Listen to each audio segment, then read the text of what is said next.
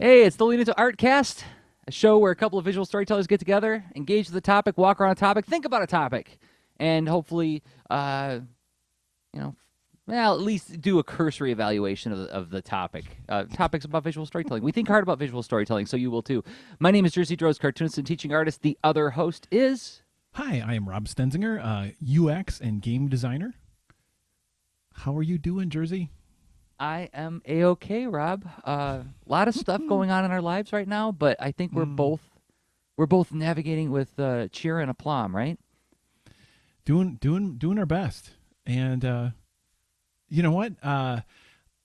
This is one of my favorite things. I'm excited to do that thing you described, the whole engage with the topic and whatever comes out. I mean, honestly, you could say that maybe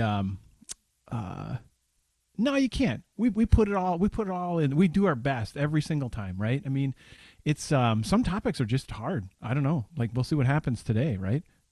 But yeah, we're You thinking know, about.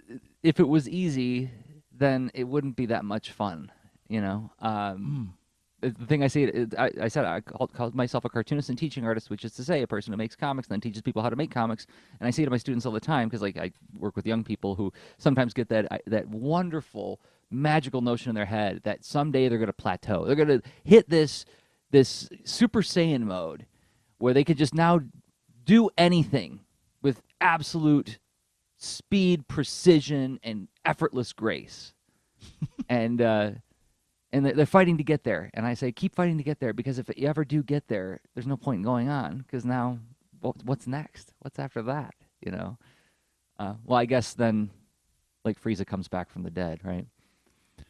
well, yeah. I mean, you're reminding me. I really need to go see what happens next in One Punch Man because I mean that's a similar premise, right? Where you have this hero who's achieved some incredible level of capability that they're kind of bored, even when the stakes for lots of other folks are incredibly high. Whatever, maybe it's it's a thing that's achievable in making stuff, but I don't. I'm not sure, and maybe it's just like that's like super duper beyond me.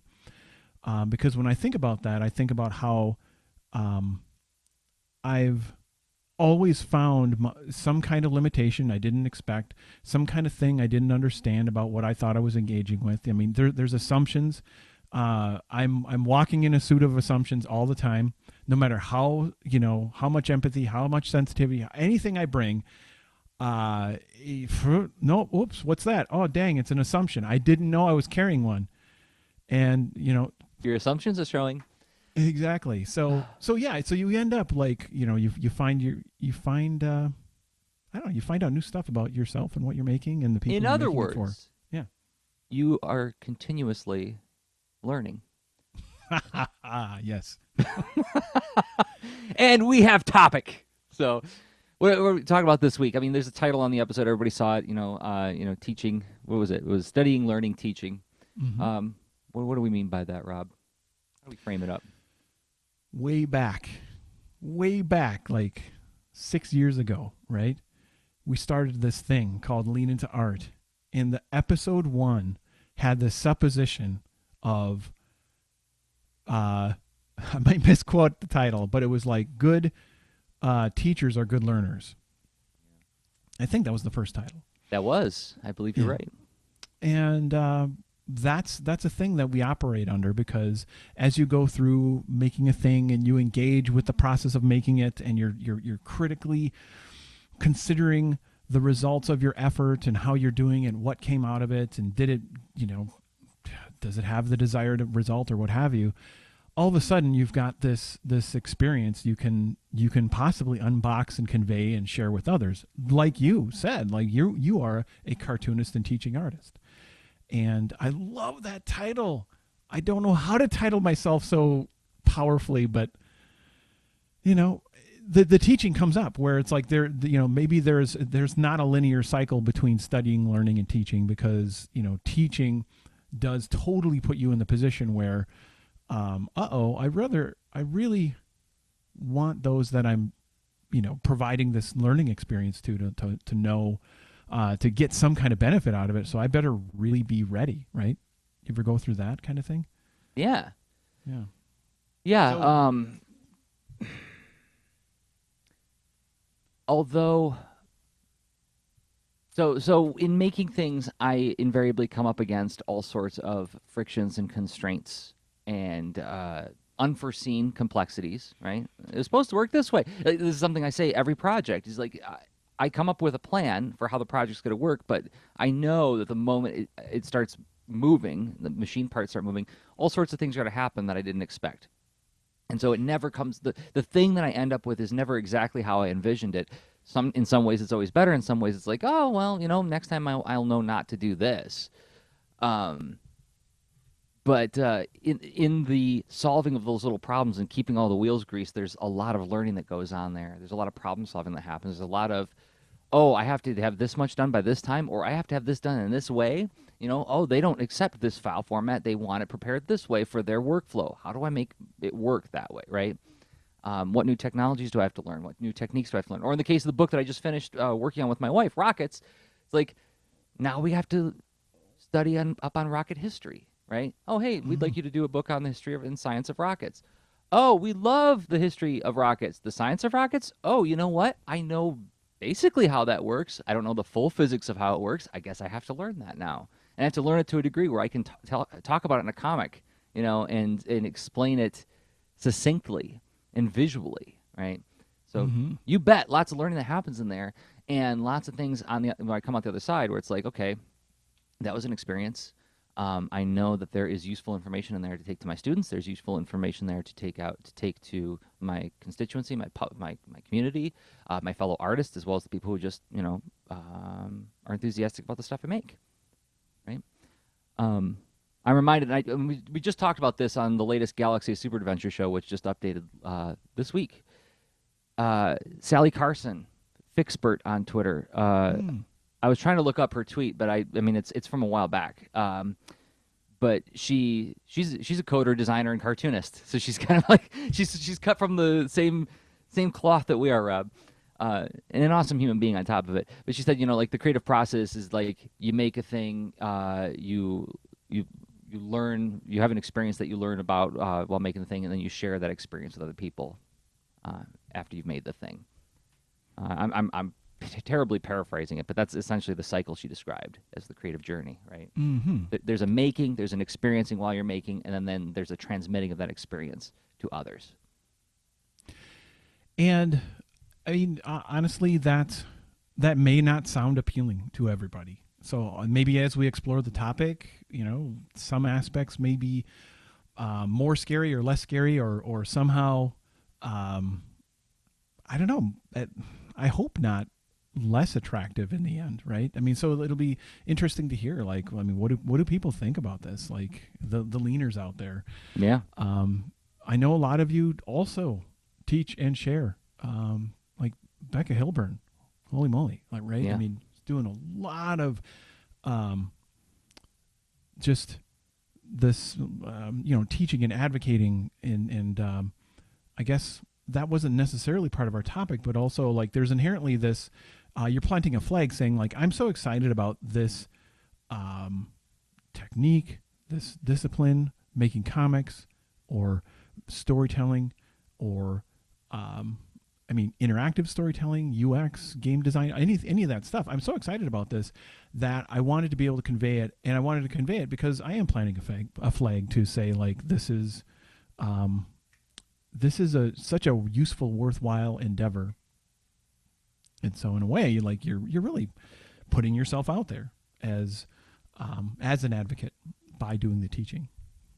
I would say, and I'm sure this will come into our discussion, this advocacy can happen in very micro levels as well. This can be something where this is you and a trusted group of an art circle, or a small peer group, right? Like a writing group or something like that. It doesn't have to be anything where you're on a stage necessarily, but I think the cycle is very similar whether I'm doing it for large groups or whether I'm doing it for a class of 6 students, or even with my intern. So with that, do you want to dive into, on the ground, talking about what it looks like when we do this learning and then sharing what we learned thing? Yeah, let's go there. All right, I'm gonna pick a bridge music for it. How about something a little bit light and airy? 'Cause it's it's a pleasant experience after all to learn and share what we learn. Maybe we'll get heavier later. Um, all right. So on the ground, where we talk about like actually doing the thing, modeling the exercise, or at least talking about like the tactical stuff that we do. Um, let's start. Where do you want to start? I'll let you. So I guess learning for me comes in probably two main forms. One is kind of like this decadent, delightful, escapist thing, because Wikipedia is fun, and I go on excursions where I'm like, how far can sound travel underwater? And let's find out. There's the internet. Like, this sounds awesome, but then a lot of it that I budget the most of that time for is a it's like there's a project that I'm working on or about to work on, and I better get ready. And so sometimes I need to get ready to pick a tool. Like, well, it's been a while since I've animated a character in a video game, right? The last one I did, I mean, it was, I've got a rough draft of the ninja from the Underwater Tomato Ninja, where that came a little bit after, I think, the panda from This Panda Needs You, but it's been a little while. Tools have been updating. What's up? I better go get an informed perspective so I can pick. So, I mean, it's really that out of necessity thing. I mean, just like you described with rockets, where, I mean, it's not just about passion and story. There was like, hey, wait a minute. There's a knowledge domain that needs to be shared. And how do you do that? What did that look like? Yeah, what did that you? look like? That looked like Anne and me going to the library, and like the Ann Arbor District Library, the public library, but also to the University of Michigan University Library. And it was what you've described before as urgent capture, right? Like, turn on the fire hose, and I really did think of that expression that you coined years ago on the show. You turn on the fire hose and you just let it wash over you, and try not to. At least what I try not to do is have an agenda in what I'm supposed to be learning, but more or less like drink it all in, let the information pass through me, and if something stands out, then I go, well, wait a second, that's pretty interesting. Grab that, grab that, grab that. And this is where one of the few times I've used Evernote in the last several years. Like, Evernote's one of those capture tools that like kind of like, it makes a lot of sense to me, but there's something about the interface that makes it just like a little unwieldy for me. It's like, it's not simple enough, right? It's just complex enough that I'm like, oh, it's kind of some overhead on this. But anyway, that's I don't know. I don't want to turn this into a critique of Evernote, but that one thing that I think is magnificent about it is the feature where you can take a picture of a page and it does OCR. What is that? Object character recognition. It does both, recognition of very like font structured characters and that kind of thing, but it also does it for handwriting. God, that's awesome. Yeah. And that became a very valuable tool when we were researching the books, because anytime something jumped out that was interesting, it was like, snap that page, snap the title page, boom, now I've got something that's searchable in our notebook that we can go through and go back and pile through. So there was like this several month period where it was just us like reading voraciously, as much as we could. That was probably a period where I read more books in 1 year than in a long time. Do I remember everything I read? No way, because like we read a lot. But there were some really enjoyable books that we got out of the deal. So anyway, from there, from like discovering what was interesting to us, we began to see a pattern of like, there's a structure here in what we're attracted to, right? That's what a really handy technique. That's that whole process of the sort of hunting and exploring, and then seeing what stands out, and then finding like, is there meaning or association between what stands out? And even if you're just adding that based on your own narrative, which is what we're hired to do, right? There you go. Like, wow, what a great practice. Yeah. It's very useful for doing that kind of research, and it's even useful for like being in the same room trying to noodle on a topic. Like that's a nice sort of follow up to doing some method of generative creative work, right? But where for you it wasn't about necessarily the generating; it was about the immersing. But really similar in my opinion. Very very handy. That like now associate and group and whatnot. So and then like what do these groups mean? And I do something similar when I need to dive into research that has a high volume of information. What's funny with the animation tools, I mean, yeah, there's articles, sure there are YouTube videos, right? But there's a huge factor of it's like watching someone who has like master chef level skill and they're pulling off some fancy dish and they're just set up to operate at a level that maybe I'm set up to operate at, maybe I'm not, but I can't tell because I'm not experiencing it. So what I needed to do with this character animation stuff is I had to set up a little bit of both structured and unstructured experimenting, where just sort of I open up the tool, see what tasks naturally jump out to me that I'm able to accomplish with it, and what was I hoping to accomplish with it, and is this on a path that seems really really positive. So for instance, I tested Adobe Character Animator. It's a new, let's see, that's a new tool, right? So Flash has sort of evolved or devolved or whatever into Adobe Animate something something, right? And it's still good old Flash for the most part. You can't take what you make and go as many different destinations easily as you once could, because they've kind of backed out of that world of where Flash makes apps for any platform and whatnot. But it's still a pretty cool animation tool, and that is what I use prior to animate some of the characters I've done already. And with the end goal in mind, it's like I want to include these characters in a game. And so, of course, I've been looking at other tools that are really dedicated to sort of sprite sheet character animation. I've been playing around off and on for a while now with Spriter, and of course, like Unity, which is the environment that I'm choosing to actually implement the game in, or the games I have on my plate right now. It has its own tools built in. So lots to explore, but then, looking at a video doesn't give you the experience. So like essentially coming up with a basic task of like, well, let me put a character in here and get it to move. Let me use existing art I already made. Let me see what it's like with something new or whatever. And these little experiments give me experience to then start to choose. And so that's like really practical learning. It sounds like there's like forgive me for using this like crude old guy metaphor, but a hardware and a software distinction that we're talking about here. Oh, interesting. Like there's like a learning of the material that you need to shape, the information you need to shape, and then there's a learning of the tools you're going to use to do that shaping, right?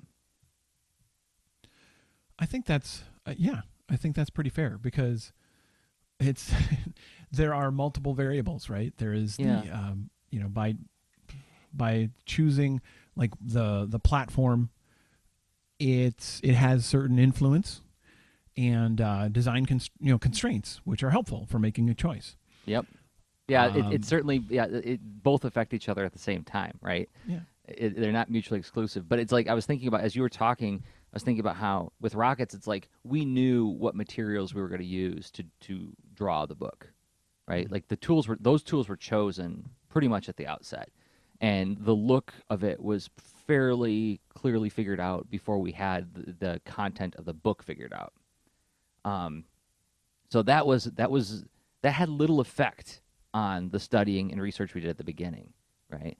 But what you're talking about with Adobe Character Animator sounds more akin to what I was doing with Boulder and Fleet years ago. In like the 2 years ramping up to me finally doing the webcomic, was I went through 2 years of experimentation of different visual styles, different tools, working with the Galaxy Note 10.1, trying it on paper. Finally, learning Manga Studio / Clip Studio Paint, and in through interacting with people on the show. And that's another aspect of the learning is triangulating with peers and with other people in your field to find out if like, am I doing this as efficiently as I can? Help me decide what tool is right for the job that I want to do. Yeah, it's inherently there's a different outcome in mind with both approaches. Yeah. And let's see. So like the sort of choosing something for that helps me address a need I have for an upcoming project, but then specifically, I guess, there are different needs based on like, do I need to start some exploration in content, or do I need to start exploration in tools, right? Mm-hmm. And the content and topic and all that can be, I think, a bigger space, because that can lead to a lot of different research. That even if you are really familiar with the topic, finding a way for that to relate to the audience that you're bringing it to, a whole different circumstance, because you may need to get a lot more perspective. Like, for instance, I did a talk late last year about jumping into user experience, and that was it's a topic I feel incredibly comfortable and fluent. I can speak at extemporaneously, no problem. But then, is that going to really work for who I'm trying to reach out to? And how do I, so in learning more about your audience, and then finding just new angles and like stories that might be familiar to them that help bridge gaps in like, oh, this gives good context and all that, where I didn't have that until I needed to put something together to speak to a particular group, right? So there's our bridge into let's spend like a few minutes on this. So like, we talked about the learning and gathering part, and testing, experimenting, but what does it look like when we share that experience with other people? Like, what forms does that take? And I mean, I think when we get like 10,000 feet up in the second half of the show, we can talk about like the function of that a little bit more deeply. Mm-hmm. Like, how does that feed into the whole creative cycle, for at least for us? But what does it look like for you when you're like, to continue on with this talk? It sounds like you are thinking about your experience, but also thinking about, okay, this is my journey, this is my narrative, but how do other people engage with this? And what kinds, based on the struggles I encountered, what struggles might they be encountering as I present this to them for the first time? Does that sound accurate? Or yeah, totally. I mean, it's taking perspective, and it's techniques that are common in UX, right? Where you create these constructs to get a new angle on a concern. So you make personas, for instance, right? Or you can just think of like different experiences that are important to your, and needs that are important to your audience, and that can help you get out of your own head and find some way to bridge that. But then you're like, well, I kind of see where I need to go with this, but then I need to find like, what is that bridging, story or characters or historical thing, and that's so that helps inform the hunting for relevant research, and then narrowing it down and working it into a narrative. That, as far as what the narrative looks like, for me, a lot of times it's some kind of workshop, and just with this knob or dial, as far as, is it a heavily participatory workshop, or is it more of a light participatory workshop? Because I just have that's part of my style, a bias I have, where if people aren't asking questions at the very least to engage with what I'm sharing, well, I may not serve that audience as well, because I won't find out those like, what are they puzzled about right now? I don't just want to win them over with rhetoric and story. I want to connect and to hand off a thing that's not alien, right? So it's actually a welcome event when, to get questions, and so to try to create a safe place and whatnot at good junction at welcome it all along the way, but then really try to get it moving, because depending on your audience, some audiences aren't as excited to jump in and ask questions because where they're from. No matter the age, there could be different reasons why they're like, just not in a zone where it's like a high sense of psychological safety, right? Right. Right. Yeah. Like a big part of my job as a workshop leader and teacher is winning the trust. There's a lot of techniques and skills I picked up over the years on like how to slowly build trust. And one of those skills is patience in knowing that this is going to take a while, and I'm not going to start this thing by asking people for their input. I'm going to start by like doing a lot of talky stuff, and then I'll slowly as I gauge the room. But I also want to say, like, not to get too inside baseball on this, but this is literally one of the reasons we do this show live. Like, not a lot of people show up for the live streams. A lot more people download and watch on after the fact than show up for the live stream. But we do that specifically so that we have the opportunity to connect and react with people who are, engaged with the stuff that we make, right? Mm-hmm. Because yeah, it would probably be, well, no. I was just about to say it'd probably be easier if we didn't do it live. It probably wouldn't be that much different, would it? We've been through this so many times. It's a little bit different flavor, right? It Yeah. adds that it's a little spice because in our approach we end up playing that role of like, well, I'm going to think of questions that the audience might have and find ways, when it makes sense to sort of to react to what you're sharing, or you'll do that for me with what I'm sharing. Yeah. And so, yeah, I mean, it's built into our approach, but also it does add some extra spice and fun. It does. And perspective, because it's not something that came out of our brains, and all of a sudden here we are working it in, and that's very useful. One more thing I'd like to layer into this, talking about like the sharing of the experience, is that I found, I think it's funny that I have more trouble doing this with my community than I have with my students, and I think I know the reason why, but in my classrooms, I tend to treat my classrooms as a bit of a laboratory to test out hypotheses I'm developing on projects of my own. Like, I think this is the way comics works, right? Or I think this is the way to solve this problem. Or I think perhaps the problem I'm having with the story is as a result of this, right? So there's this lesson that I do with the kids where we do a mini comic, an 8-page mini comic, and it's called Mini Comic Odds and Evens. You're familiar with this one, Rob, right? It's like, you start page 1, you start at the beginning of the story, then you have to jump to page 3, and you do like a critical moment of the story. Page 5, you get to the climax of the story. Page 7, and so on. You hit these like important parts of the story, and then afterwards you go in. Now you have to do page 2, page 4, page 6, and page 8. And the idea is like it was born out of this idea of like, I bet if I just forced myself to do it, I could find more story in between the cracks of the story. Like, this narrative thread I've constructed is not all that is in there. There's probably more in there if I just forced myself to look. And so I tested it with my students to see how they engaged with it, right? And I run experiments like that all the time based on things I'm struggling with. Sort of it's like a way of me safely saying with a group of people, what do you guys think? You think this is right? And have them to engage with it. And if they don't like it, and if it doesn't work, then like, okay, I guess I was wrong. My hypothesis didn't work out. And I've thrown out lesson plans for that reason.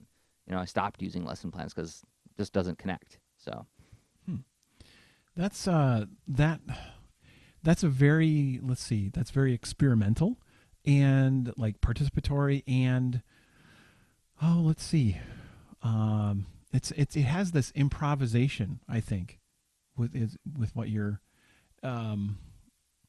because you're inherently, it's really, I don't know, co-creating, right? It's like you have this purpose while you're all here. You've got your role where you're trying to facilitate some kind of meaningful experience where there is a benefit that everyone takes away with.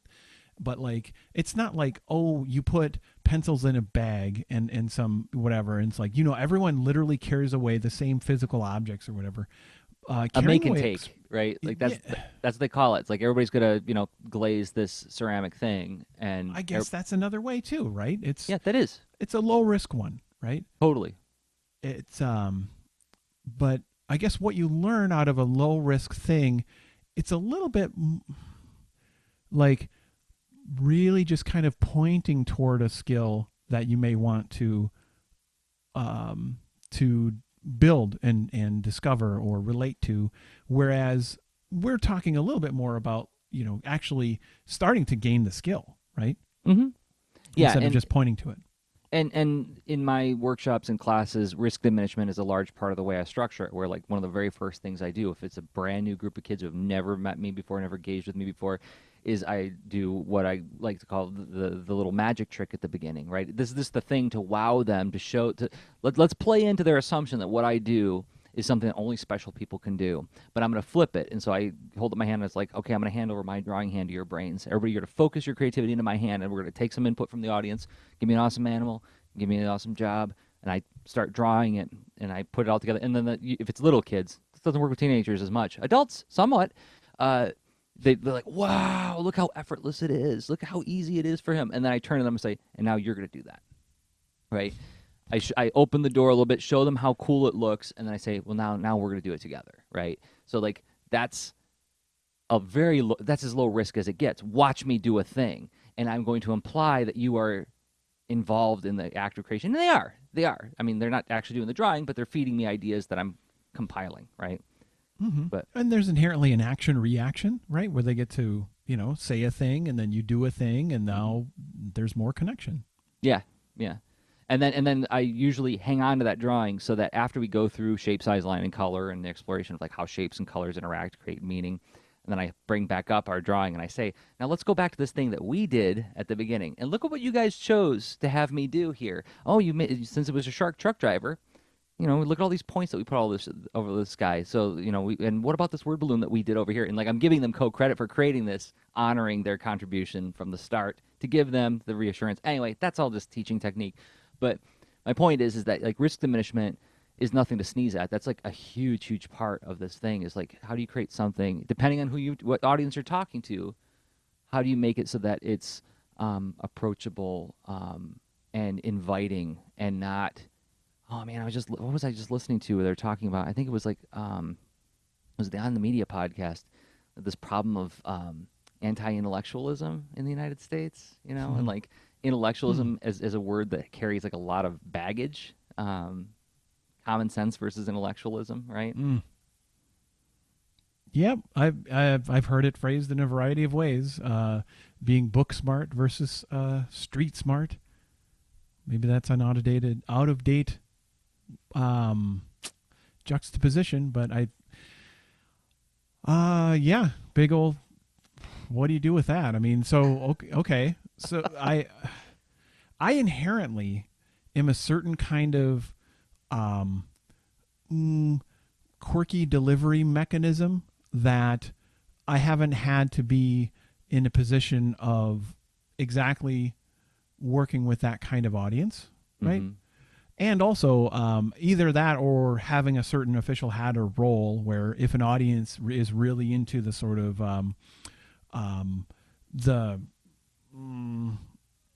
a little bit more of a sage on the stage, and you deliver whatever, I hack that system. I'm happy to show up with that as the assumption, but and then to break that assumption later on.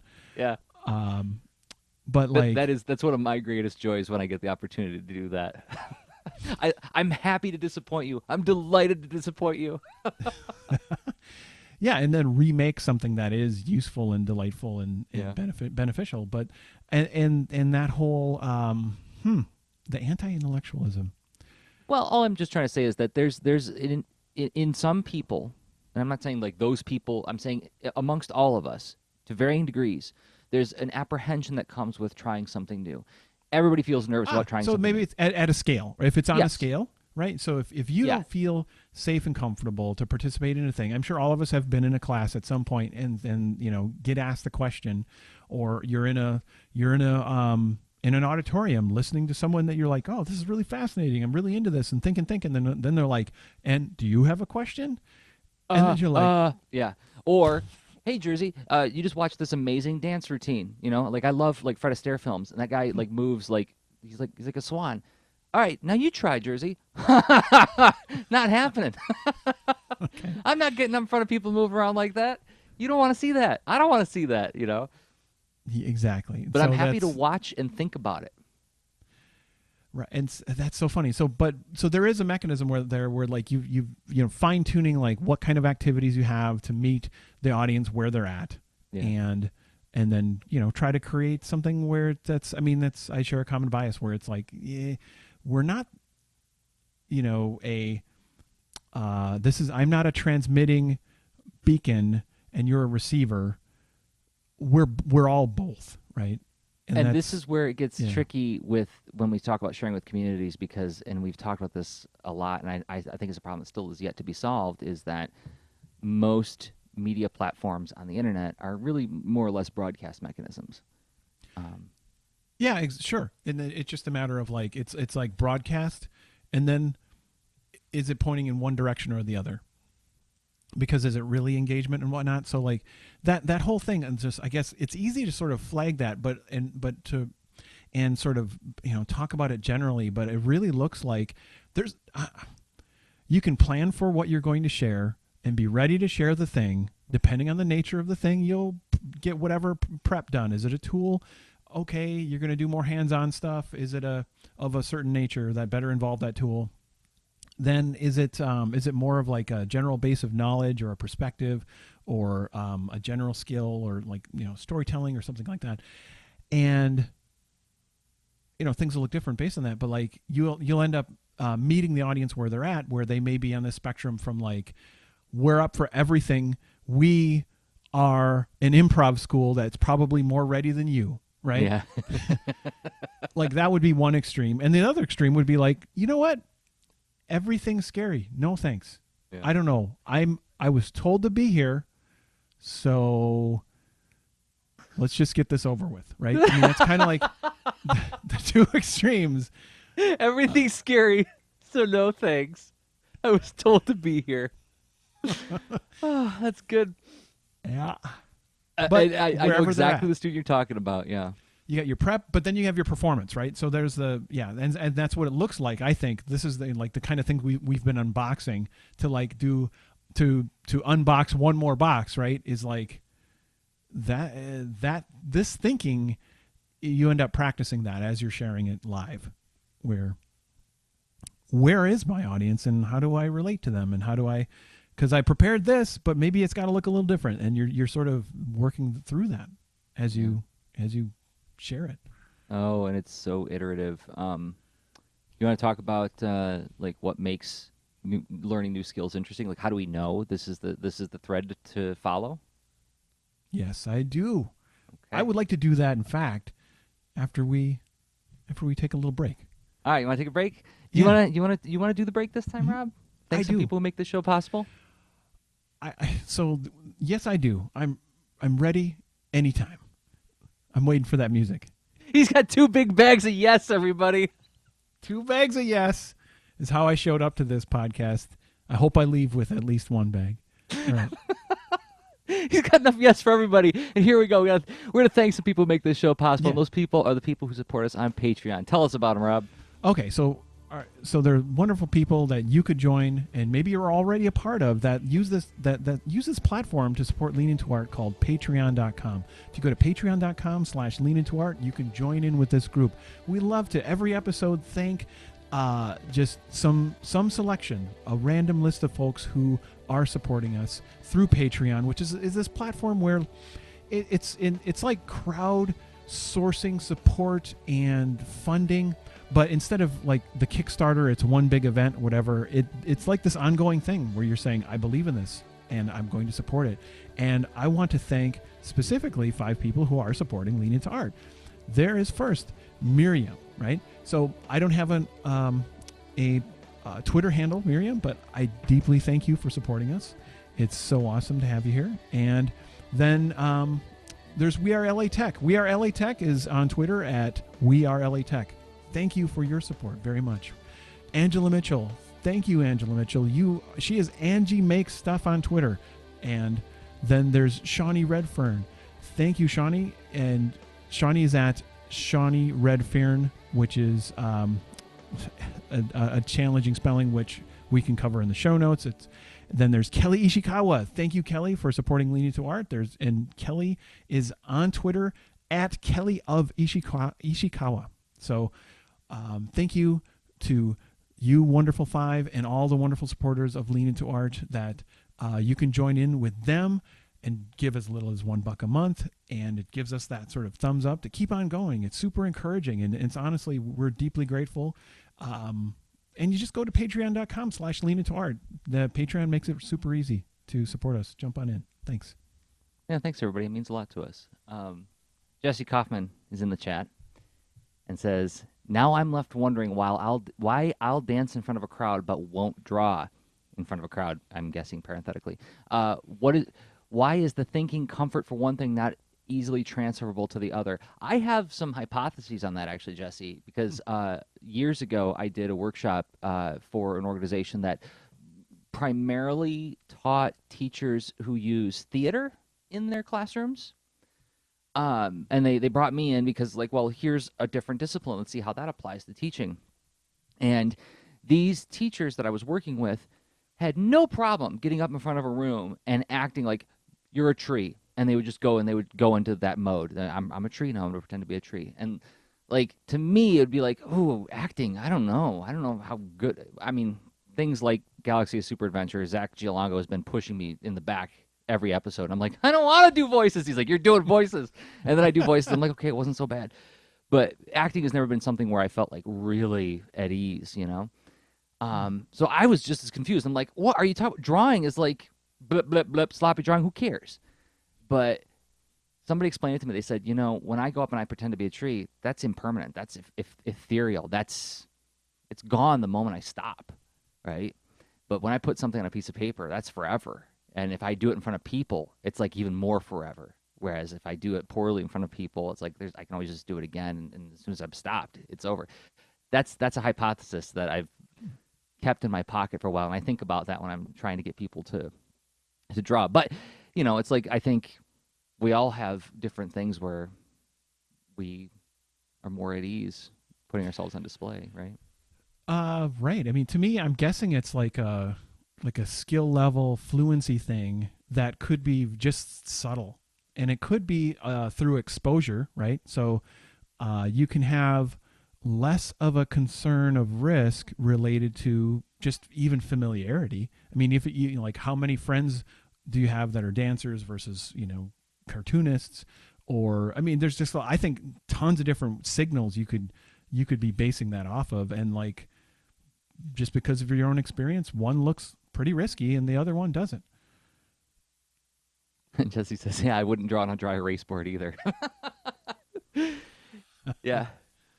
You know, I have a whole buckets, and I'm sure Jesse's heard me talk about it at length. I got buckets of ideas on that, about like the difference between drawing on a dry erase board in front of a group versus drawing on paper and crushing the drawing in front of everybody.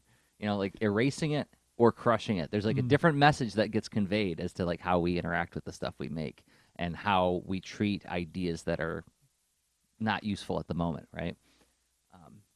Maybe we could do another episode on that someday, but that could be a really good one, because I remember seeing like folks set their sketchbooks on fire, right? And I'd have to look back. I know it's a little bit shocking, right? I mean, that's a little more extreme, obviously, right? That's and I have to look back. That makes me very uncomfortable. Ideas are for keeping. Yeah, I hear you. Like I do like keeping an idea. I mean, because, you know, it creates a big old. It's like someday, I don't know. I love my ideas like this really ineffective hive mind I dive into once in a while. It doesn't do a great job, but it's really familiar and fun, and it's but that would be an extreme example of saying like, hey, these ideas are impermanent. Don't worry about it. Just get it out there and perform. And different examples are going to connect with different audiences, right? Where something that may seem like, oh, okay, I'm going to show that this is low risk, could be like a signal of like, now my nope just became super nope. And then what do you do, right? Guys, we're at peak nope right now. We can't get any more nope into this room. I mean, have you been there working on, you know, sharing a thing with peak nope? What, with students or with me? Okay. Oh, sure. You could be in either situation. Yeah. Right, I could be the one who's doing the learning and say peak nope and like navigating what that feeling feels like. Hmm. Um, when and I can think of an instance in the last couple of years where I was at peak nope, and it was when I felt like the risk. I guess I could just come out and say it. I went ice skating, and it did not end well because I don't have a really great sense of balance. If you've ever seen me bowl, I like crouch really low when I do it. And like people think it's because I'm like trying to be all graceful and everything. I'm like, no, it's because I'll fall down if I don't get really low to the ground. And ice skating, and I was around children, and I'm like, I'm a 6'1", 100-odd-pound man. If I come down, I'm coming down hard, and I don't want anybody to get hurt. And I felt like the risks are really high. Hold on. There's a lot of physics here, right? There's a lot of physics. There's a lot of little bodies, Yeah. and I like kids a lot. So my friends who are with me, they're like, just relax. You just got to relax and glide into it. And I'm like, I'm trying, but I can't because the stakes are really high here. So that was peak nope. That was like no matter what I could do, no matter what I did, I couldn't do what was required to make the experiments to correct and do a good job of it. And it was a bad night. Mm. Nobody had fun around me. Okay, well, I mean, yeah, we can all get in that situation in the right context. So, you asked an interesting question, right? With what makes like a new skill interesting? Yeah. How do we know? How do we know that Yeah. this is? I mean, like, is it just like a gut reaction? This is the right thing to learn, or is it something where we have to very, very scientifically and like a Vulcan evaluate its value to the project? And yeah, maybe this interface is more useful, or this tool is more fun for me to use, but this is the right tool. Surely it must be something where you just tick off some boxes in a spreadsheet and then you get the right answer. Yeah, I mean, you're gonna have a long day if everything is spreadsheet checkboxes, right? Because I mean that would increase the time to every single choice.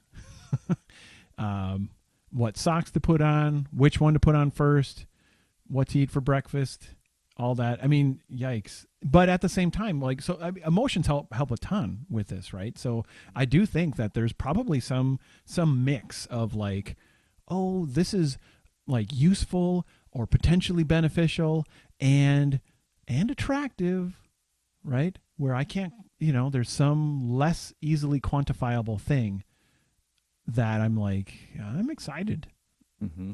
and just giving it a pass on some mysterious aspects, willing to go for it, right? So, I guess, I mean, what makes a new thing look So interesting to you? yeah, Like so a what skill. makes so um does it offer new efficiencies that I didn't have before, right? I get very excited about finding simpler, easier, more efficient ways to do the work that I do. And I know I've been beating on the Clip Studio Paint drum for the last couple of years. And I mean, and I've been explaining it into the live streams that I've been doing lately, like trying to contextualize like why this software became such an exciting thing to me is that when I first started learning Photoshop and Illustrator back in 1995. Whoa, 1995, counting crows were a big deal. Sheryl Crow was a big deal. A lot of crows. Uh, Yeah, the crow triumvirate actually, influencing I have to so give many credit to things. I have to give credit to Greg Schiegel for that one. We were Okay. having some banter on the phone, and we were like trying to come up with crows from 1994. But um, but like I remember like the raster drawing in Photoshop, I was like, this is great. I can do digital cleanup. I can knock out the whites and make it transparent, and I can put color underneath. This is fantastic.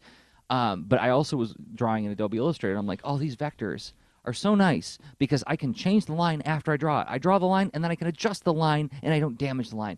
And I remember saying, if only both features were in the same software. And along comes Clip Studio Paint, and it's like, yeah, here it is. You can do both that and that. It solved a problem of efficiency that, like, now when I draw the line, I don't have to undo 20 times. I can draw it, and if it's 90% there, bump, tweak, and now I'm drawing faster, right? Mm. We've already gone into, there was an episode we did called, like, What's So Great About Manga Studio. Um, but, like, so I get excited about efficiencies. And, like, also, the notion of being able to draw the comic whenever I have the time, wherever I am. Not just so that work is always following me around like this bag on my back, but like sometimes I'll go like to pick up Ann from work. She'll be like, "Oh, I need like another 15 minutes to a half hour. Can you come back or something?" I'll be like, "Yeah, I'll go to a coffee shop and I'll just continue working." Right? Rather than like, okay, I guess I'll go back home and then come back out and get you. Things like that, like having more flexibility to do the work that I want to do gets exciting. And so if I see things or hear about things that sound like it leads me in that direction, yeah, I'm going to get excited about it. Is it always going to be the right tool? The Galaxy Note 10.1 was not the right tool. I ran a lot of experiments with it trying to get it to do what I wanted, and eventually I just kept hitting these like thresholds where it's like, nope, this isn't making it more efficient. This is me hoping it will, right? But then, efficiencies, I think I was just describing this, they come in many forms. It's the efficiency to actually perform the task, and there's the efficiency in being able to distribute that task amongst lots of different environments, right?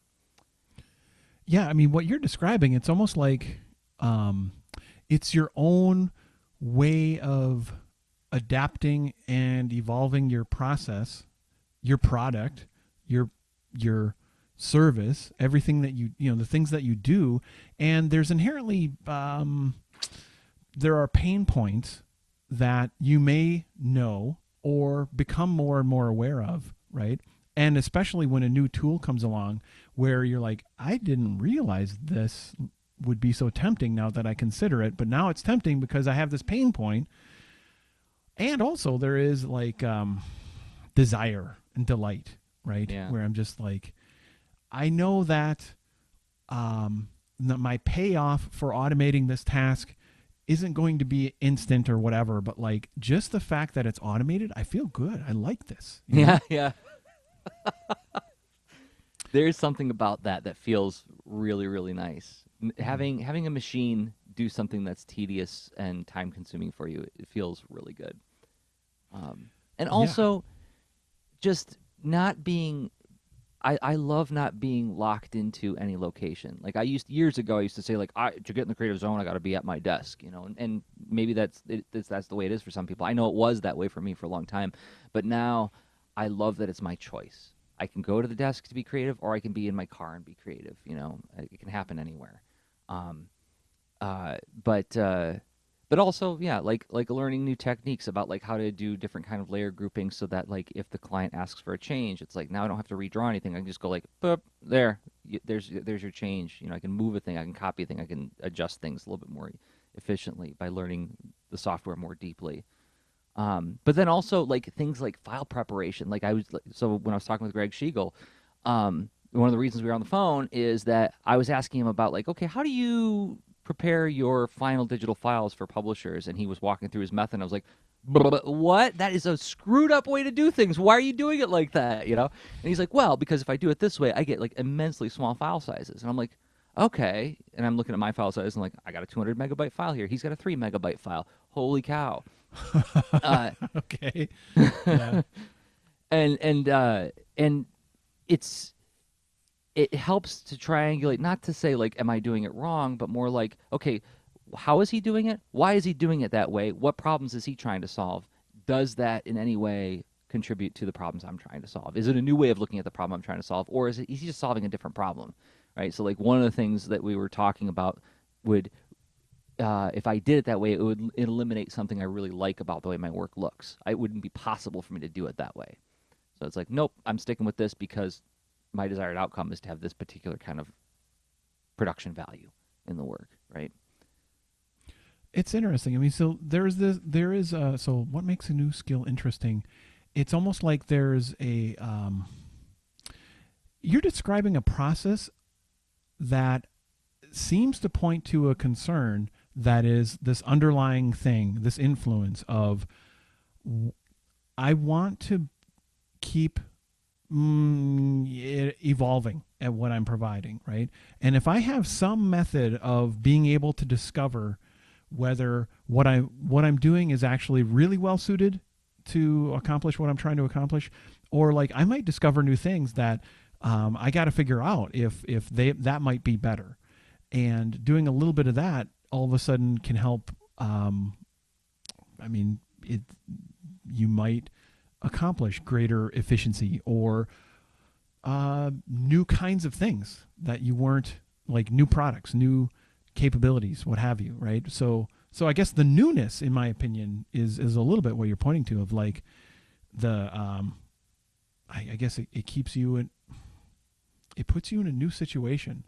There's a novelty aspect, but I think for Not me, the novelty, not that there's the pragmatic. So like it's not just, so novelty would be more about the delight, right? Let's say like, you know what?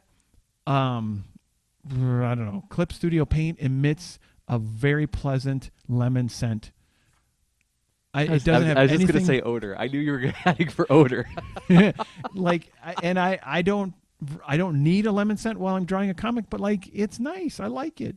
It's really fun. And honestly, that's important too, right? But like it's delighting you in some way, right? But like, no, there are real jobs that sometimes you have a concrete, like, okay, I know this step in my process has always been a thorn in my side. When I find the opportunity to remove this thorn, I'm going to do it. But I got to keep aware. I got to keep looking for that. But then you have thorns that you may not know about, and that's just the general, like, hey, how's it going? I might, find a new thing. That there's kind of a couple layers going on there, I think. All right, well, what about you? How do you know? Well, let's see. New skills. Feels kind of. I mean, new skills are inherently interesting. Just like that's in. Yes, right. Why do you like food so much, Rob? Why do you like to eat? Because I mean, so I'm really tied into, like, I do enjoy even like the discomfort of learning a new thing.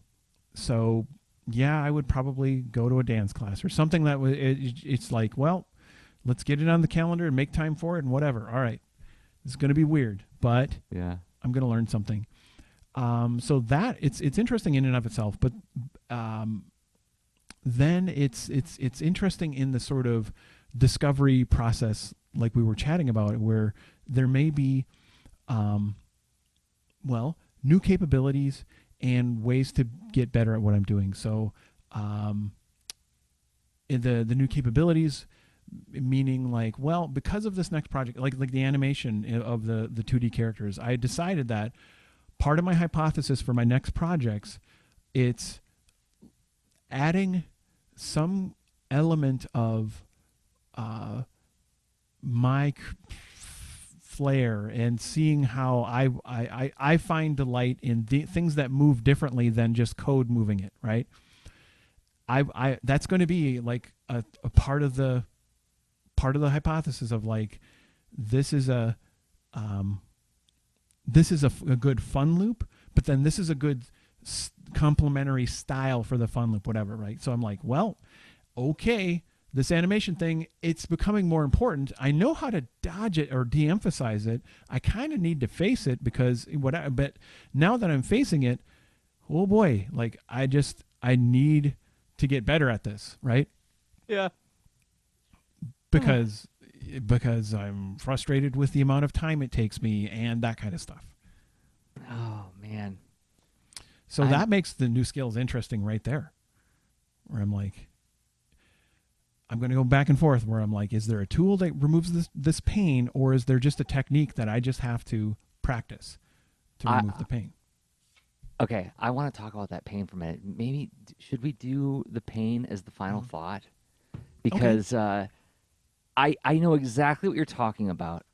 I have the exact same bias where learning things is super, super interesting. I get a lot out of experience, and I've done it enough where I can detach myself from the experience to know when the pain is happening, that like this is a temporary thing.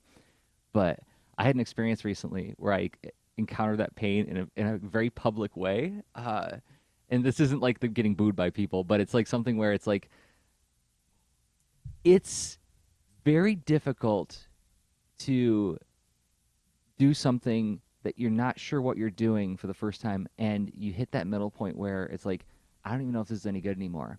And you're in front of people while you're doing it.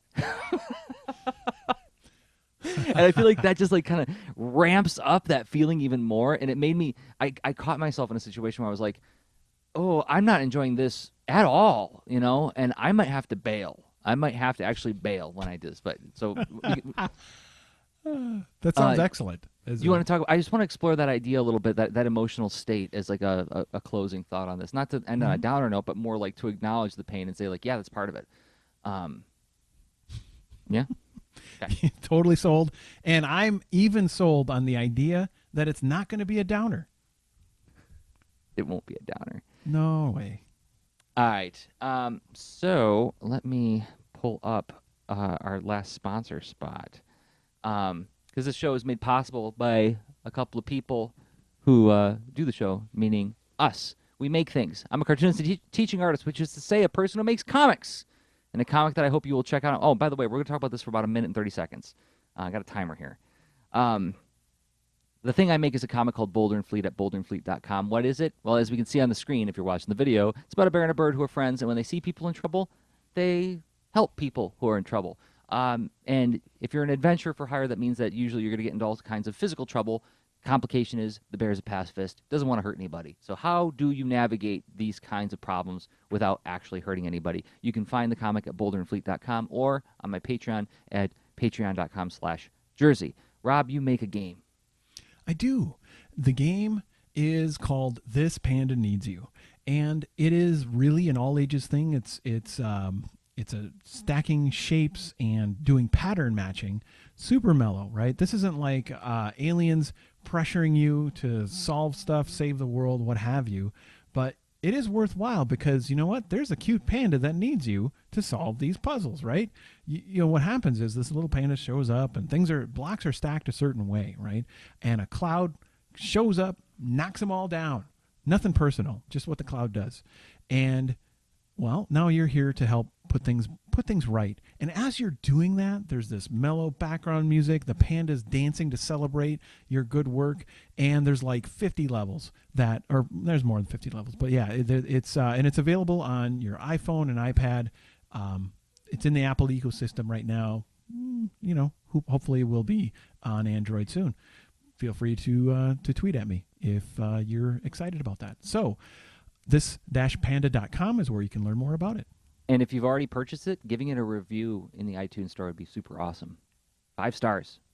And if you are here because you like the way we think about things rather than the stuff we make, fair enough. This is the thing we make. This show, this podcast, this presentation or workshop, this weekly workshop thing that we do.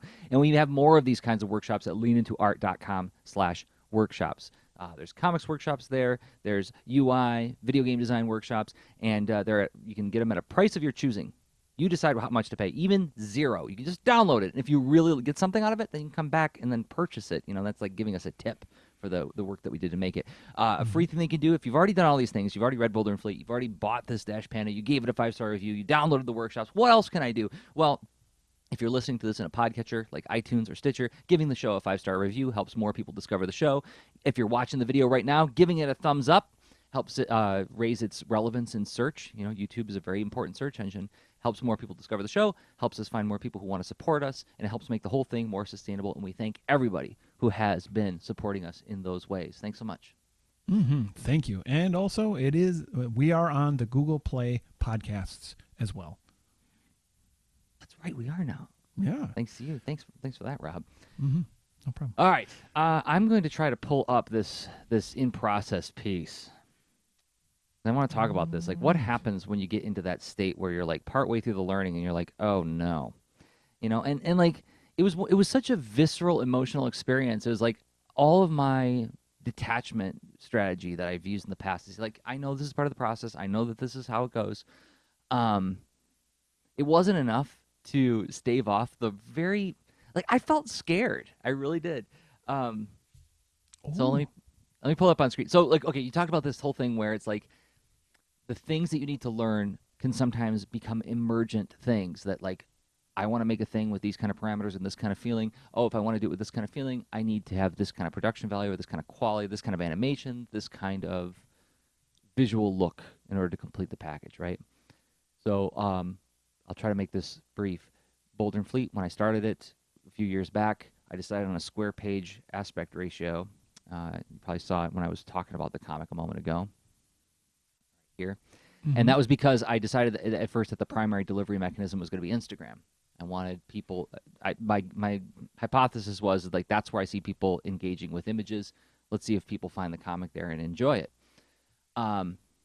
Since then, Instagram changed it so you can have different aspect ratios. But at that time, square was the only one that you were allowed. Well, in doing the comic in square aspect ratio, as I was progressing through the book, I was like, this is the same aspect ratio as the old Golden Book Super Adventure books from the early 80s. I don't know if you remember these. Oh, okay. They were, and they still make them. They are usually based on a popular television or toy franchise like Transformers, or in my case, He-Man. Like I got a whole bunch of these He-Man Super Adventure books, like 12-page storybooks that were square format. And the covers always had this kind of hasty acrylic painting style that I just adore. It's like it's by no means. I don't know if I think it's beautiful art. I don't know what anybody else. Everybody's got their own taste, but it looks like it's just like acrylic painting. So as I finished Boulder and Fleet, I'm like, boy, you know what? I'd love to produce this as like make an alternate cover that's like a Super Adventure book cover where it's like acrylic painting style. Now, I've painted 2 paintings in my life. I've never done proper painting, with paints. I did 1 oil painting, 1 acrylic painting, 1 watercolor, which you wouldn't even call it a watercolor because I misunderstood the medium so much. So I draw this cover, and I'm like, throughout the project on Boulder and Fleet, I'm building my confidence by trying out little painting techniques. And this is the page I pulled up where like I felt like the experiment in coloring began, where I was like starting to play with different brush techniques and color mixing and so on, right? Yeah, there's a lot more texture. Yeah, so on that page in particular, that's where it begins, and I play with it more and more throughout the book, and I felt like I was running my experiments as I'm thinking about this, and then I start to work on the painting, and I'll pull up. It's in progress right now, and there it is. You can see, like, I've just started it, right? Like you can hardly make out Boulder and Fleet here, but I started working on Sapphire here, and Rube, and I decided to live stream while I was painting it. Oh, really? Okay. Yeah. So it's like, I don't know what I'm doing, but I'm going to live stream it while I go, and I'm going to talk through the process while I try to figure out the process, setting myself up to a lot of points of failure. And it was like, while I was working on her face here, I don't remember if I think I took the video down, actually, because I was like so uncomfortable with it. There got to be this point where I was partway through working on her face, and I was like, you know what, guys? I have no idea what I'm doing here. I am completely lost. I am out of my depth, and this looks bad. And it looks bad in front of people. Oh, that's so interesting. Now, I've since worked on it a little bit more. I think it's starting to come together here. It's looking kind of okay, but I don't know. But it looked it did not look good when I was working on it. Well, yeah, I mean, because honestly, with what I'm looking at right here, I'm not just saying like, "Oh, I'm your friendly, sunshine guy. Hi, here's some sunshine." No, I mean, this doesn't look like what you're describing like as being bad. Like this is solid. Like, I mean, painting. It's super funny. I'm not this is painting. Fantasy painting is like a thing I've like background studied off and on in different peaks. And it's not like I'm that practiced at it or what have you, but like, this is good. And like inherently things go through a different kind of development cycle than line art, right? Is that what you're, okay. So, okay.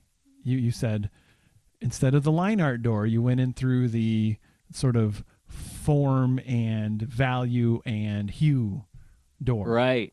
And this is one of those things where a lot of skills that I pick them up like on the job, like I decide I'm going to do a cover for a book that I'm publishing, and I'm also going to learn how to paint while I do it, right?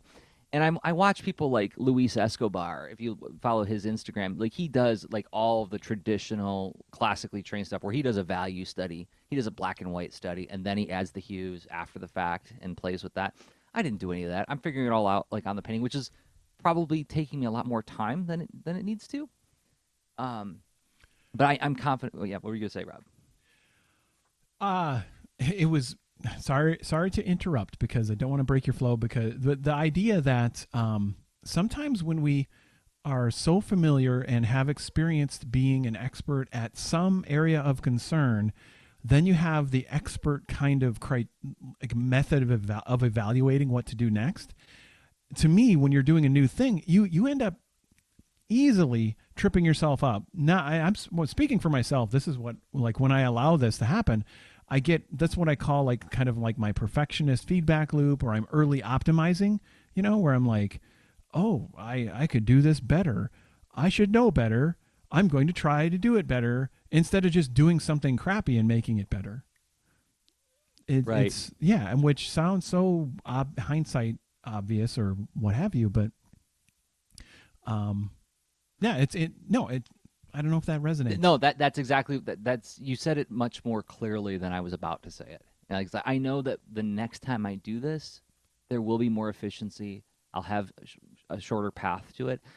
This just happened in my classroom last week, where a student was working in Manga Studio, and they did their line art, and they started coloring on the line art layer, and they made all these changes to it, and like I didn't see what they were doing, like I didn't catch it that they were doing that. I just kind of kept peeking over, like, is everything okay over there? And like, yeah. And I look at their screen, the drawing's looking great, and then all of a sudden they're like, oh, well, I want to do color holds on this. I'm like, okay, well, here's how you do a color hold. Lock your transparent pixels in your line art layer. And he's like, oh, wait. And he spent like 40 minutes on this piece, right? For a little kid, that's like an enormous investment.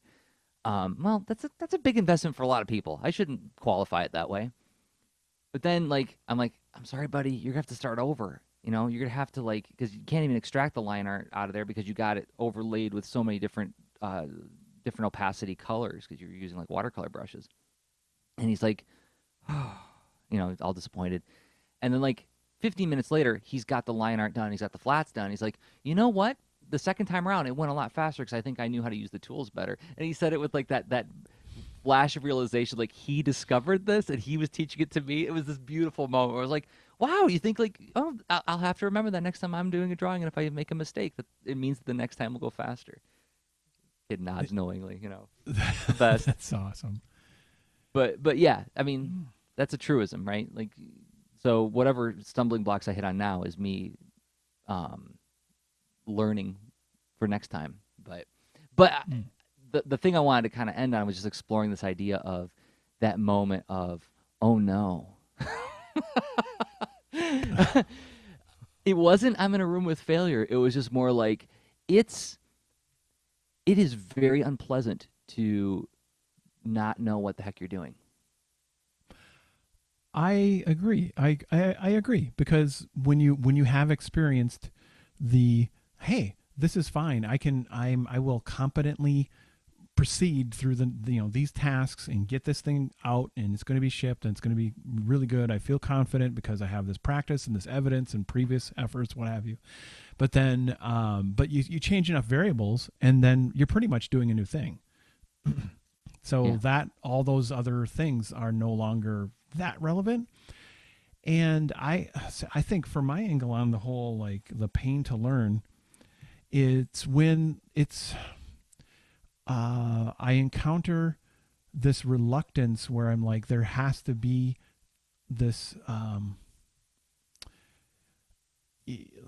really have a wish for the tools that the tools aren't, giving me, right? In particular with the character animation, what I was wishing is that I saw that Adobe's new character animator has camera input, right? So you can rig up a 2D character, but the camera is all about face tracking, not body tracking.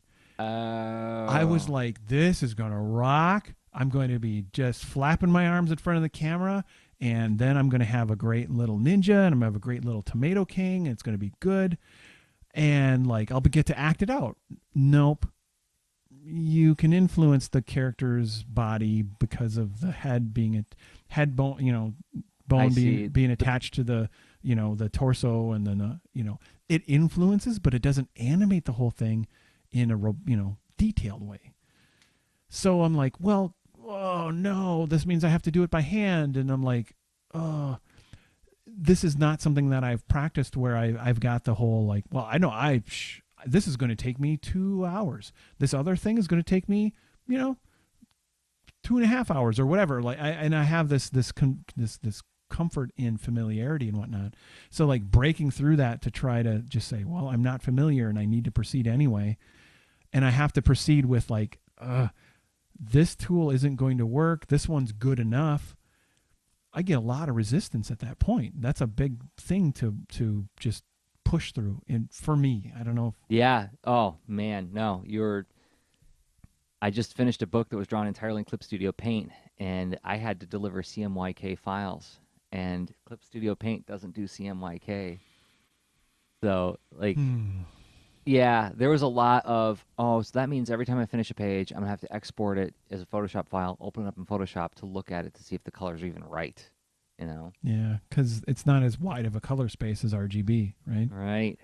So, but Things thankfully, may I look mean, this is muddy. where triangulating with friends helps. Is like Jonathan Rector, who does a lot of YouTube videos, and you should definitely subscribe to his channel if you like watching people draw and think about drawing. Absolutely, yeah.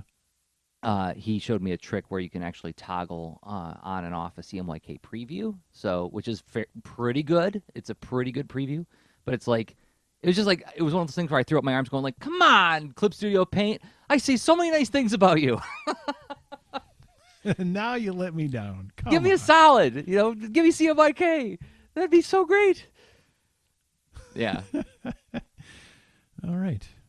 Well, I think we walked around some studying, learning, and teaching, I think. I think so too. All right. All right. Cool. Well, we'll do it again next week. How about that? Sold. I'll be there. All right. All right, everybody. Thank you for downloading, watching, and listening. This show will be archived at patreon.com/leanintoart. As a matter of fact, right after this recording, we're recording an extra lean, which is only for patrons. So you will be able to get it right away if you sign up as a patron at patreon.com/leanintoart. Who knows what we're going to talk about, but it's going to be fun. And we record every week at 10 p.m. Eastern, 9 p.m. Central time on Thursdays.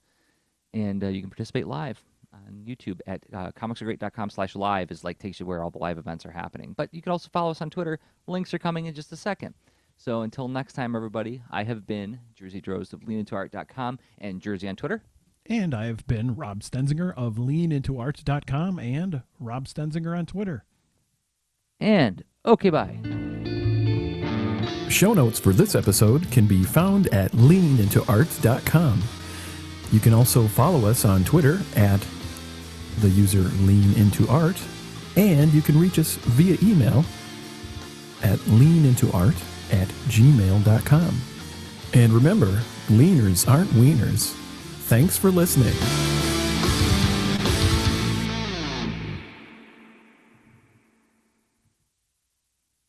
Okay, stream's getting shut off. Thanks for hanging out with us, guys and gals, thank and you. everybody.